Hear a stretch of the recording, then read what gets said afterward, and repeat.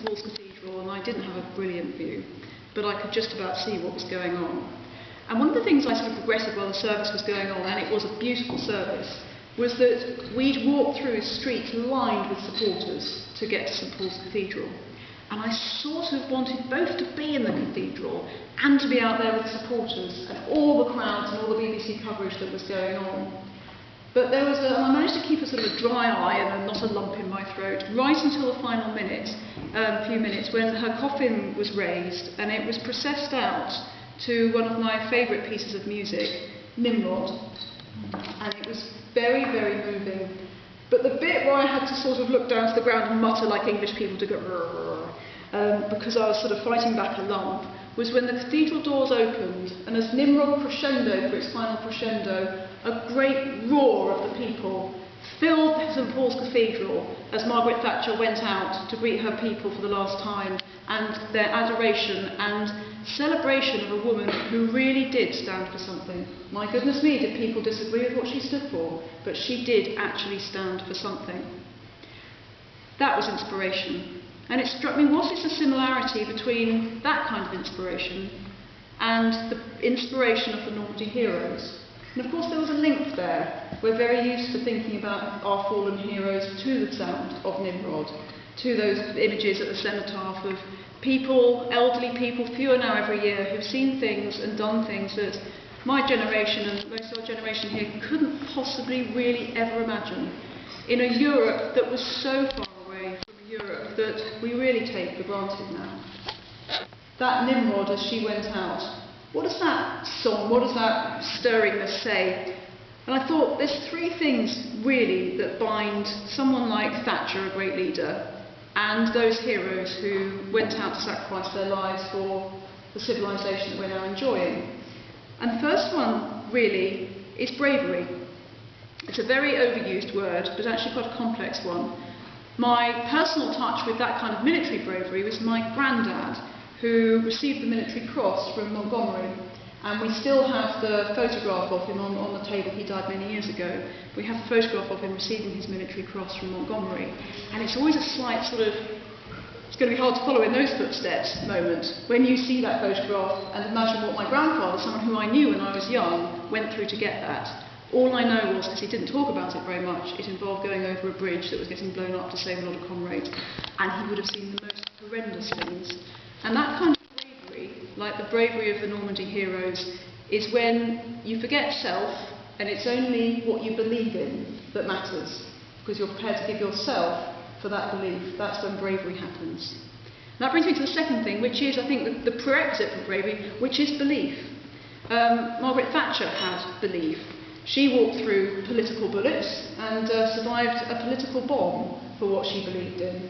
And whether you agree or disagree with her, in fact, one of the things that enraged the people who disagreed with her was she didn't waver. Yes, she was much more absorbent. If you speak to people who know her, she was much more absorbent and flexible and nuanced in what she believed in than many would say. But once she'd absorbed all that information and listened to people and listened to criticism, she decided what she believed, and my goodness me, did she stick with it. And she became far more a force of energy than an actual person. And that's a trait of belief, is they're characterised by their energy and not by their ego. Those people going to Normandy beaches must have believed in something to do that. And what they believed in is what is so beautifully and brilliantly encompassed by our great Queen, is our country and all the values that that country represents. All those values that were so threatened from just across the water in Europe. Some might say that not so many things have changed, but I'll come to that next one. And the third thing, bravery, belief, is action. If you really believe in something, there is absolutely no way you can go away and write a report about it. You have to act on it. There's absolutely no way that you can say, well, I know, let's have a meeting about a meeting that we're going to have about it in a few weeks. I know, let's do a clever press release. That'll sort it. Let's really think about our spin and how we present this and how we soundbite it and how we image it and how we look and what people think of us. If you believe in something, that is a conversation that you never have. You think, I believe in this, how do we get it done?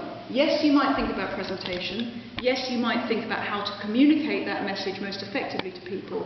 But you're asking, what do I do? Not, how do I look?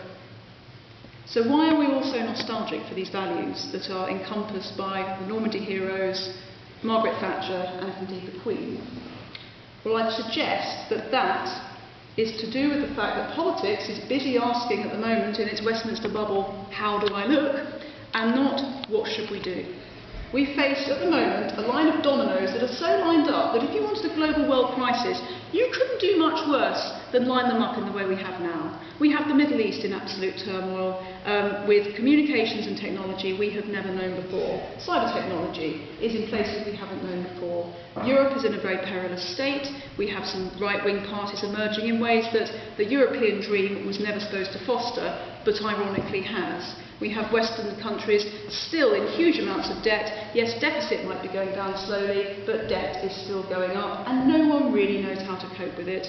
We have China, which many people fear for its strengths, but China itself is actually worried about its weaknesses, about the ageing population and how it maintains a population who want far better quality of life because they've seen it in the West than perhaps they've been used to. If China has trouble, the rest of the world has trouble. It used to be if America sneezes, I think if America or China sneeze, the rest of the world catches a cold. But with globalisation, we're as if we're in a tube train and it's very stuffy and the sneeze just went down your neck. So it's serious.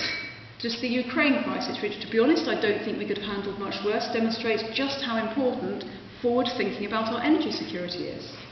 I've heard William Hague say that, I have great respect for William Hague, but William Hague saying it was good because now Europe's actually beginning to think about being self-sufficient in its energy. And you think, goodness me, what have you been doing all this time? On the titles of Have I Got News for You, which are still shown on Dave, you've got a Russian spinning the wheel turning the lights out. What have you guys been watching? And it's because of all this, because of the frustration people like me feel, I'm sure many of you feel, and certainly people whose doors as politicians we knock on and people across the country feel, it's why UKIP has suddenly slunk in and from the political bubble's perspective come from nowhere, but for anyone who lives in the real world, UKIP are capitalising on fears and desires of people that have been bubbling around for a very long time. But there's two big differences between UKIP and what people think UKIP stand for. Firstly, although UKIP speaks the language of angry people, it speaks the language that I don't believe everything that UKIP believes, but I speak the language of UKIP when I'm having a rant with my friends over a few pints in a pub and I'm busy putting the world to rights. Sometimes I might sound a little bit like Nigel Farage, but I'm not racist. They speak the language of putting the world to rights and having a rant. But as we all know, when you have your rant and your rage in the pub and you put the world to rights with your friends, you walk out to the pub and nothing has changed. You haven't had to put the world to rights. All you've done is have a little bit of a rant. Yes, you might feel better, but nothing at all has changed. And although UKIP presents itself as the party that's not about image and not about spin, but about common sense and everything that everyone knows, actually it has absolutely no content behind it at all. And all it has is its image. If you peel that image away, it's not just there's not much in there, there's nothing in there. I've seen that in Nigel Farage at a dinner where he was asked what his actual plans were for things, and instead of being a big man, he became a little boy who had to run his homework. And I don't know why our political class doesn't ask Nigel Farage a few more details about all his splendid plans that he dreams up over a few pints in the pub. The second thing is about the motivations of bravery and belief. Why is it that those Normandy heroes waded through that water to go and give their lives up on the Normandy beach? And why is it, whether you agree with her or not, Thatcher gave up her, would have been quite a nice quiet life I suppose, with Dennis, to become the most hated woman in the country? I don't know what Dennis was like, who knows.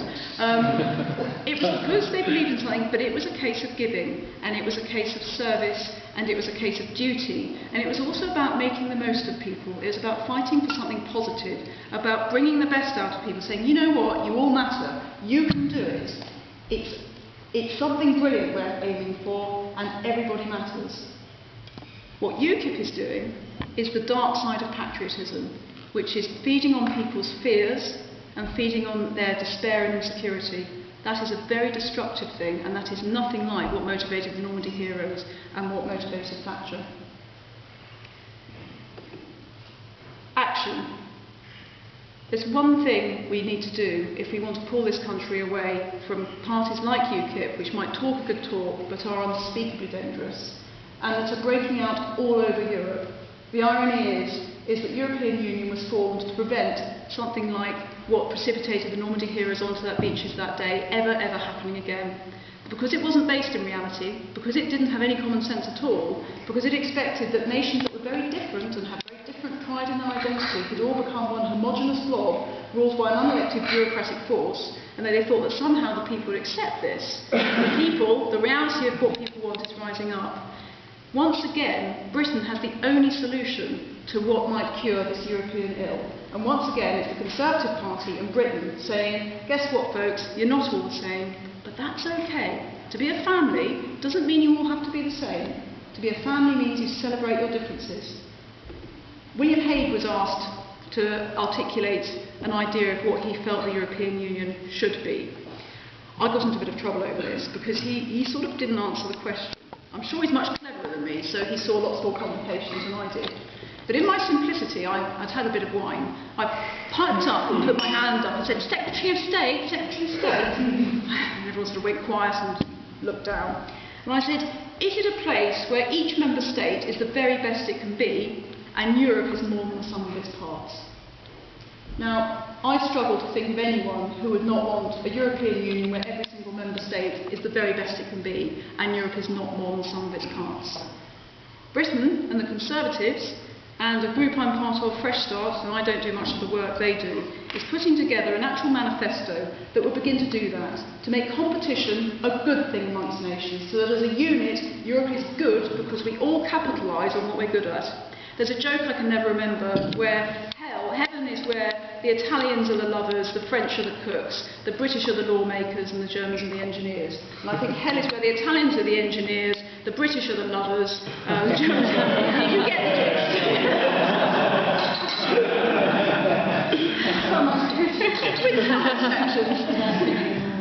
Let's work together as a fitting tribute to the Normandy heroes and Thatcher. Let's not just talk words. Let's see if we can make this country lead Europe again to a place where we never ever have to contemplate having to celebrate a second toast to a second round of Normandy heroes. Thank you very much.